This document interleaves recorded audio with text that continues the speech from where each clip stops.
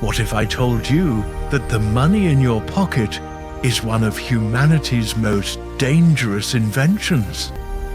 It has built empires, sparked wars, and completely transformed how 8 billion people live today. But it started with something far simpler than you'd ever imagine. Money is one of humanity's most profound inventions, a silent yet powerful tool that has shaped civilizations, powered economies, and influenced every aspect of life for thousands of years. But the story of money begins long before coins clinked in purses or paper notes fluttered between hands. In the earliest days of human society, before cities and kings, people lived in small, close-knit communities.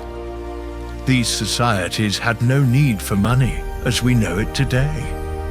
They relied on a system called barter, where goods and services were exchanged directly.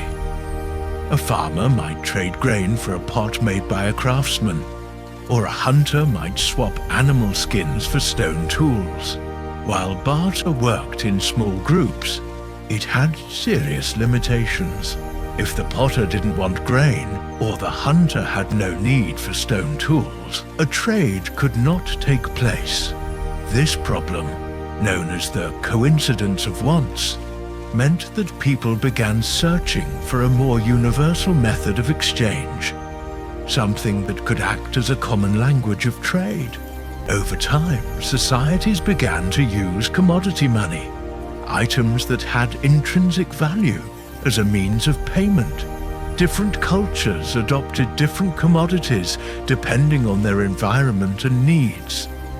In some places, salt was so valuable for preserving food that it became a medium of exchange. In fact, the word salary comes from the Latin salarium, a payment in salt given to Roman soldiers. In other regions, cattle were considered wealth, leading to the term pecuniary, from the Latin pecus, meaning cattle. Shells, particularly the cowrie shell, became one of the most widely used forms of money in Africa, Asia, and the Pacific Islands. Gold and silver, admired for their rarity, durability, and beauty, also began to take on a special role in trade. These commodities solved the problem of barter by providing a standard that everyone agreed had value. But they also had drawbacks. Carrying sacks of salt or herds of cattle was cumbersome, and gold and silver needed to be weighed and tested for purity with each transaction. The breakthrough came with the invention of coinage around 600 BCE in the Kingdom of Lydia, in what is now Western Turkey. The Lydians used electrum, a natural alloy of gold and silver, to create small, standardized pieces stamped with official designs. These coins were revolutionary because they represented a set value and could be trusted without weighing or testing each time. Coinage spread quickly through the Greek world, where city-states minted their own coins bearing symbols of their culture. Athens had its famous owl coins, Corinth had the Pegasus, and so on. Coins made trade faster, easier, and more secure, fueling economic growth and connecting distant markets. The Romans took it to new heights, issuing coins in gold, silver, and bronze, all bearing the image of the emperor as a symbol of state authority. For centuries, coins remained the dominant form of money. But as trade expanded and kingdoms grew wealthier, the need for a lighter, more flexible system emerged. In China during the Tang Dynasty, around the 7th century, merchants began using promissory notes called jiaozi, the world's first paper money. These notes represented a promise to pay in metal coins stored safely elsewhere.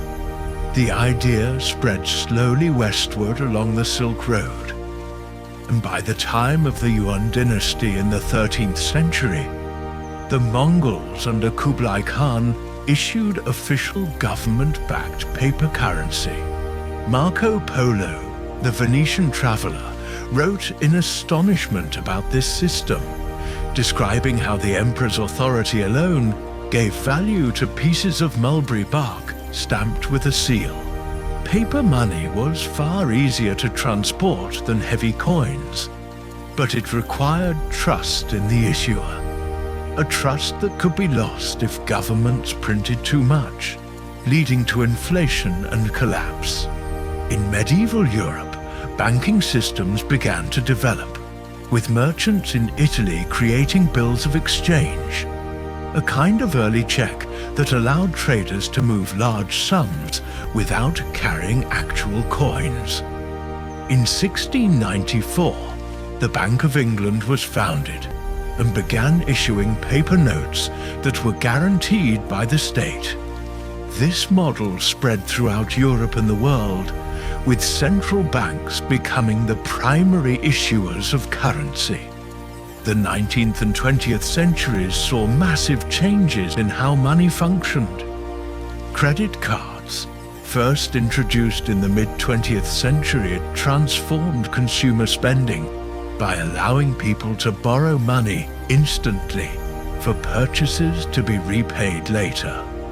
Plastic replaced paper for many transactions, and financial institutions created vast global networks to process payments in seconds. The late 20th and early 21st centuries brought another revolution: digital money. Online banking, e-commerce, and mobile payment apps like PayPal, Alipay, and Apple Pay made it possible to transfer funds with a few taps on a screen. Cryptocurrencies, led by Bitcoin in 2009, introduced a radical new concept. Money that exists only in digital form is not controlled by any government and relies on blockchain technology to secure transactions. Central banks are now exploring central bank digital currencies, or CBDCs, as a way to combine the efficiency of digital payments with the security of government-backed currency. Throughout its history, money has been more than just a medium of exchange. It has been a measure of value, a store of wealth, and a symbol of trust. It has funded wars and built empires, created fortunes and fueled dreams. From the humble barter to the invisible transactions of the digital age, money has continually evolved to meet the needs of human society. The story of money is, in many ways, the story of civilization itself, a reflection of our ingenuity, our ambitions, and our belief in shared systems of value. As technology advances, we can only imagine what the next chapter will bring. Perhaps programmable currencies, global digital standards, or entirely new concepts that we cannot yet envision.